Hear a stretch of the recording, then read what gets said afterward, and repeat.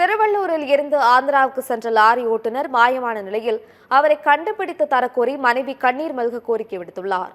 திருவள்ளூரைச் சேர்ந்த லாரி ஓட்டுநர் பாபு கடந்த 8ஆம் தேதி ஆந்திராவுக்கு மாம்பழங்களை ஏற்றி சென்றுள்ளார். விஜயவாடாவில் லாரியில் இருந்து மாம்பழங்களை இறக்கிய பிறகு வரும் வழியில் சிலர் லாரியை மடக்கி கொலை மிரட்டல் விடுப்பதாக மனைவிக்கு செல்போன் மூலம் தகவல் தெரிவித்துள்ளனர். இதுகுறித்து லாரி ஓட்டுநரின் மனைவி ஷாமினி புல்லரம்பாக்கம் காவல் நிலையத்தில் புகார் அளிக்க சென்றுள்ளார்.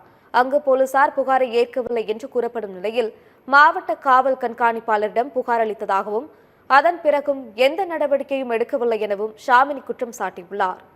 இதனால் மனமுடைந்த ஷாமினி சென்னை திருப்பதி தேசிய நெடுஞ்சாலையில் கொட்டும் மழையில் சாலையில் அழுது புரண்ட காட்சிகள் காண்போரை கண்கலங்க செய்தது.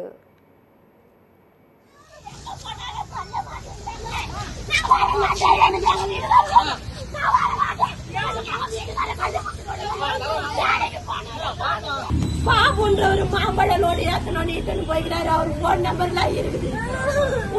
புல்ற மாதத்துல போய் கம்ப்ளைண்ட் கொடுத்தா உங்க வீட்டுக்காரி எங்க காணாத போனாரு அங்க கூட எங்க வீட்டுக்காரி இருக்கிறது தலைக்காஞ்சேரில ஐயா ஓனர் வேலைக்கு போட்டுறாரு.